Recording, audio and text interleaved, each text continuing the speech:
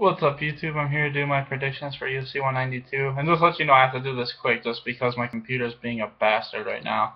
So I'm just gonna give you my picks real quick. The first fight is Francisco Trubanov versus Sage Northcutt. And I'll pick Northcutt. I think he just looks like a solid prospect, and he should be able to get an easy decision as long as he uses his speed and reach. Next is Derek Lewis versus Victor Pesta. And Victor Pesta to me is just kind of he's not great at anything, but he's pretty good everywhere. But I think Derek Lewis will just use his athleticism and good boxing to probably win by knockout. So I'm gonna pick Lewis by KO. Next is Cariaso versus Sergio Pettis, and I feel like these guys have the exact same style, but Sergio Pettis has shown that he can't finish people in the UFC, and he kind of cracks under pressure because he got beat by Alex Caceres when he was clearly winning that fight. So I'm gonna pick Cariaso by decision. Next is Islam Makhachev versus Antonio Martinez, and Martinez has already beaten Ruslan Khabilov, and I feel like Islam is not as good as Khabilov. I feel like this will be the exact same fight. I don't think Islam will be able to take Antonio Martinez down, and Martinez will just use his better striking to pick up a decision. Next is Angela Hill versus Rose Namajunas, and this is basically a striker versus grappler. I'm gonna pick Rose, but I feel like this is the big fight for Rose. We're going to see how good she really is, because sometimes people on those Ultimate Fighters, they look great, and then they come into the UFC and they look like shit. I don't think that's what's going to happen in this fight, but you never know. I'm still going to pick Rose by submission, but like I said, this is the first real test for her. Next is Alan Jouban versus Albert Trumanov. And I feel like this is a coin flip fight. They have the exact same style. They do the exact same things. It's basically who you just think is the better striker. So I'm going to pick Albert Trumanov. I think he's the better striker, and I think he has more power. I say he wins by decision. Next is Dan Hooker versus Yair Rodriguez. And Yair Rodriguez really hasn't fought anyone that amazing, and he's looked pretty good, but, you know, he's already been knocked down in his career. Dan Hooker, he's fought a lot of fights, and he's fought bigger guys and better guys. I think Dan Hooker is probably going to pull off an upset here. I think he wins by second round KO. Next is Ali Balguintina versus Joseph Benavidez, and if this fight had happened like 2 years ago, I would have felt like this fight would have been a lot closer, but the fact that Joseph Benavidez has been so consistently fighting and Ali hasn't fought in like 2 years, I've got to go with Joseph Benavidez. I think this fight will be exactly like Benavidez' fight with John Moraga. I think on the feet it'll be pretty back and forth, but Joseph Benavidez will edge out the rounds with his wrestling. Next is Jessica Eye versus Juliana Pena. And I feel like people are hyping up Juliana Pena to be the next title contender, but I don't think she is. I think she fights a lot like Miesha Tate, but Miesha Tate has the ability to adjust her style depending on what's happening in the fight, and I don't think Pena has that.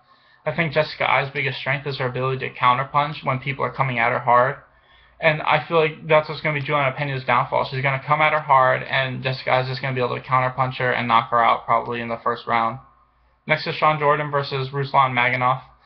And I feel like Magomedov trains with guys like Cain Velasquez and Daniel Cormier, so he should be able to stuff John Jordan's takedowns, and he's the much better striker, so I'm going to pick Ruslan by first round KO.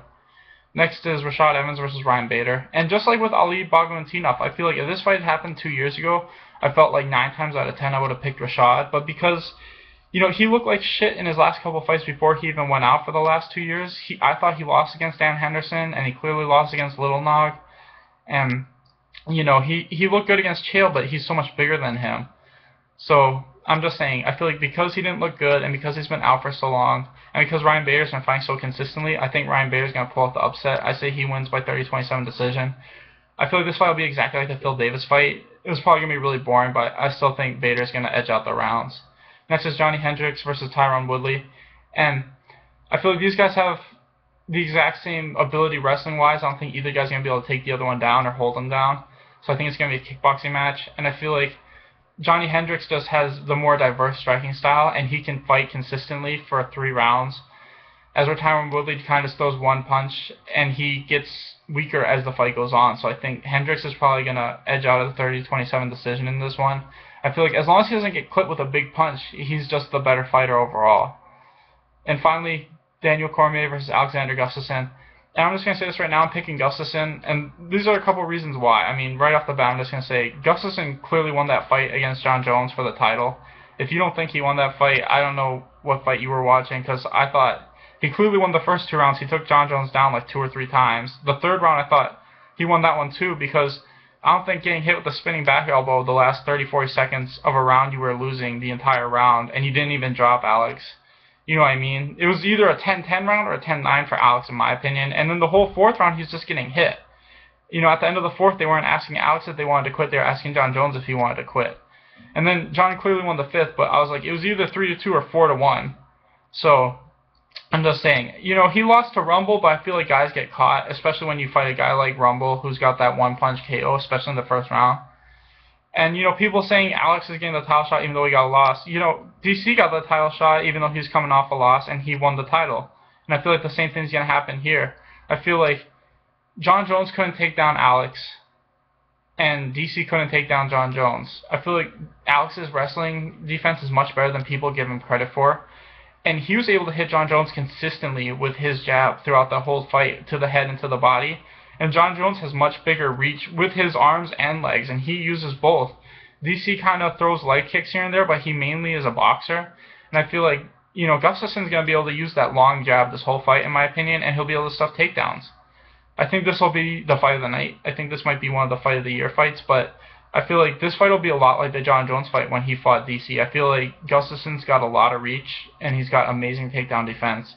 So I'm going to pick Alex to win by decision, and not much else to say. Thanks for watching, guys. Please like and subscribe.